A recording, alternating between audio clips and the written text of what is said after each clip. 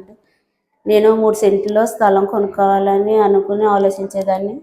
కానీ ఎంత చిన్న స్థలమైనా ముందు మీరు కొనుక్కోండి అని వాక్యం ద్వారా చెప్పేవారు ఇమ్మానుయేల్ గారు. దాన్ని బట్టి నేను సెంటున్నర స్థలం అమ్మకానికి వస్తే నేను కొనుక్కున్నాను. దాన్ని బట్టి సెంటున్నరలోనే ఇల్లు కట్టుకున్నానండి. దేవుని కృపను బట్టి నాకు బాగానే కట్టుకోగలిగాను. దాన్ని బట్టి ఇమ్మానుయేల్ గారు చేసిన ప్రార్థన బట్టి ఈ గృహం నిలబడ్డది.